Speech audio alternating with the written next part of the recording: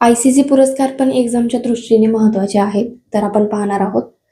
Cricketer of the year पुरस्कार जो आहे तो जसप्रीत बुमराह यांना मिळालेला आहे.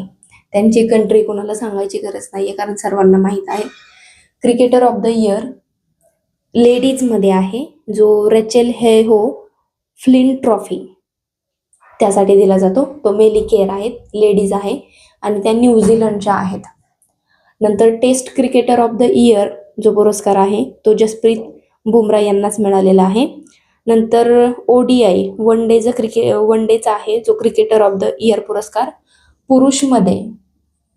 पुरुष श्रेणीमध्ये अझमतुल्ला उमरझाई जे अफगाणिस्तानचे आहेत त्यांना मिळालेला आहे.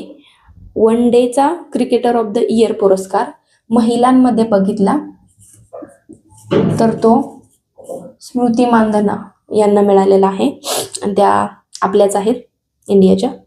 T20 cricketer of the year पुरस्कार मेलमध्ये तर तो अर्शदीप सिंग यांना मिळालेला आहे आणि T20 cricketer of the year पुरस्कार महिलांमध्ये तो मेली केअर यांना मिळालेला आहे आणि त्या न्यूझीलंडच्या आहेत. एवढेच इम्पॉर्टंट आहेत आणि याच्यावरती वन लाइनर येण्याची शक्यता आहे किंवा जोड्या लावा येण्याची शक्यता आहे. तर एवढेच करा.